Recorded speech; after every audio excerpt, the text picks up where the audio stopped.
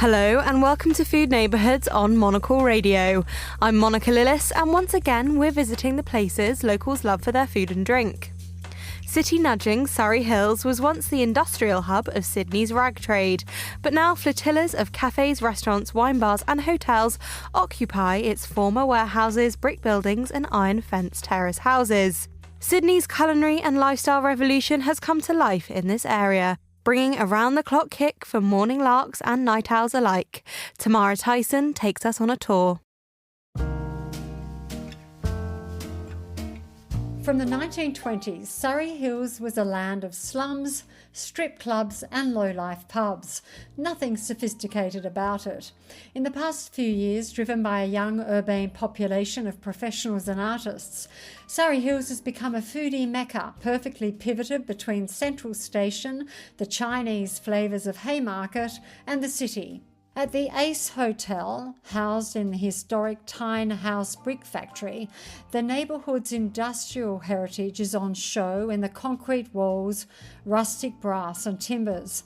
At the lobby bar and casual eatery Loam, day and night, people are nestled into the recessed booths and leather sofas, sipping a ruby margarita or latte.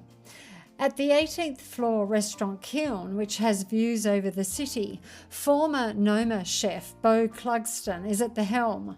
Lifestyle consultant Em Levins tells me about its name. The site that we're on was the site of the first ceramic kiln in Australia. The kiln itself no longer exists. It's somewhere deep underneath us right now.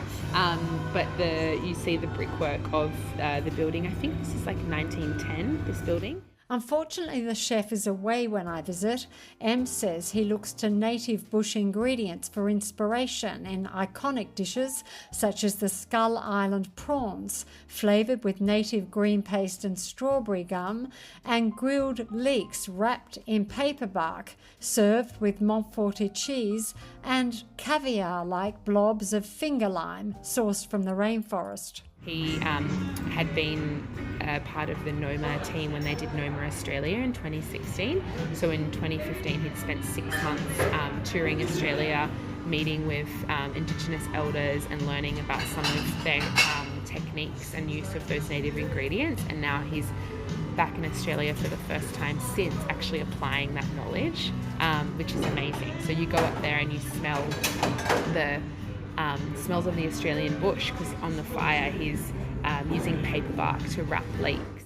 Down every little laneway in Surry Hills there is a foodie heaven discovery to be made.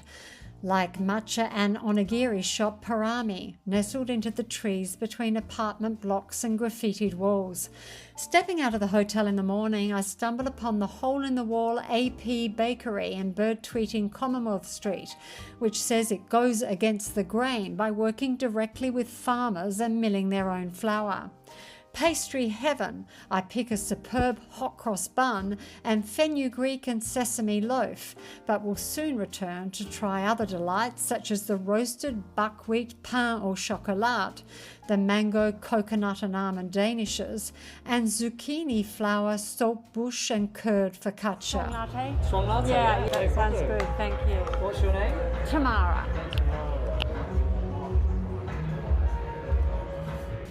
So we use our collider.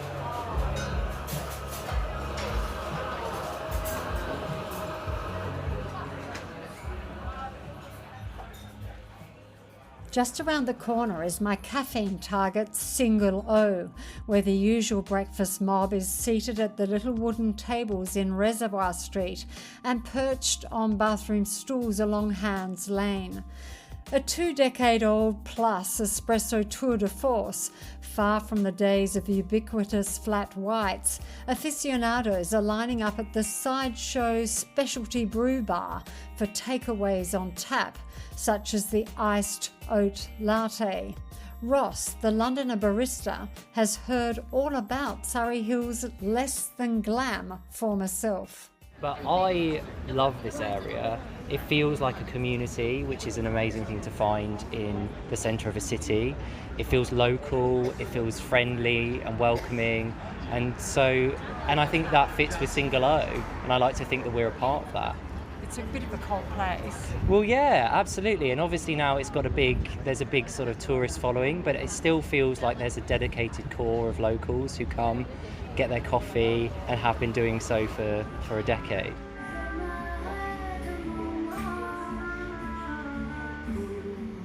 So I've moved up to the southern end of Surry Hills and this new precinct that's sprung up called Vanderlik Lane. Now the name taps in to the brothers that had a terracotta tile factory here, and set into that some really happening new restaurants and bars. A lot of the action is unfurling around the Eve Hotel, where Pratt is again bringing to Surry Hills his ethos of doing it all, from meat preparation to pastry making, and championing local products. At rooftop Mexican restaurant Mezcaleria Lottie, it's all tortillas and chili spiked river cod down with margarita picante or non-alcoholic marg-noritas. At the hotel street-side bistro Bar Julius, I breakfast on a French omelette with sourdough toast from local baker Bread Firm. With its Parisian boulevard airs, the all-day menu offers market fish, tomato tatin, zucchini rosti and roast beef bagels, plus a 10-page drinks list. For the Eve's F&B director, Megan Maloney, a trained pastry chef freshly returned from New York, the diverse food offerings running almost seamlessly into the Surry Hills shopping village have quickly made the zone a local hotspot to sip, shop, stay and play. I think that the fact that we're just sort of at the, in a different sort of area helps to sort of extend that dining scene all up and down Crown Street. And I think it's sort of like the start of the direction that this whole area is going to go in. It just offers something for everyone. I find that there's people who come up to Lottie, the Mexican-inspired cuisine restaurant that's on the rooftop, and then I see them downstairs at Bar Julius and they have a drink after dinner or lunch or whatever, whatever occasion they're joining us for. And then if I'm walking through the precinct, I see them sitting outside at Island Radio, and it's just really wonderful. It's almost like it's building its own little community here. For Monocle Radio in Surry Hills, Sydney, I'm Tamara Thiessen. Bon appétit.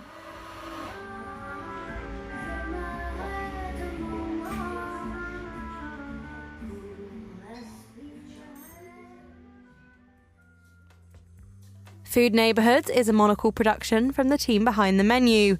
This episode was written by Tamara Thiessen and edited by Flynn Simons. For more food and drink stories, tune into the menu every Friday at 2000 London time. I'm Monica Lillis. Thanks for listening.